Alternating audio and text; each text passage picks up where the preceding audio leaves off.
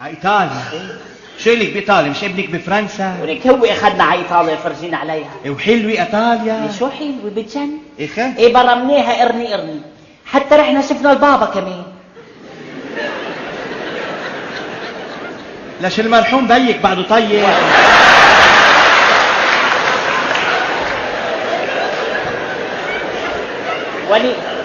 ولي البابا تبع الكنيسة. هذا اللي بيلبس دشداشي بيضة وبيحط طقوس على راسه. ايه هو رحنا شفناه. هيدا بتسموه البابا. ايه. ومرته شو بتسموها الماما؟ ولي هيدا ما بيتجوز، كل عمره ما بيقرب على النسوان، بيضلوا بتول يعني. بيضلوا بتول، بيقربش على النسوان. بيقربش على النسوان. تشوفي البابا اللي عندي يعني لك.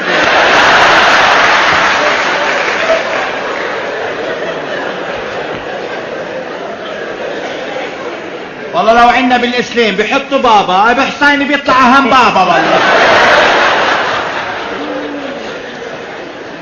ما علينا شو بيشتغل البابا؟ لك هيدا خليفة مار بطرس. خليفة مين؟ مار بطرس اللي معه مفتاح الجنة. هلا مار بطرس وحده معه المفتاح، ولي بلكي ضيع. شو بتعمل؟ ضلكم برا. ايه دخلك انت بهالحكي؟ دخلك ولي كيف بده يضيعه كيف؟ شو بعرفني انا كل عمري بعرف انا بمار بطرس، شو بعرفني يعني؟ ليش انتوا بالاسلام مين عنده مفتاح الجنة؟ نحن بالاسلام كل مين معه مفتاح وبنفتح ونطل.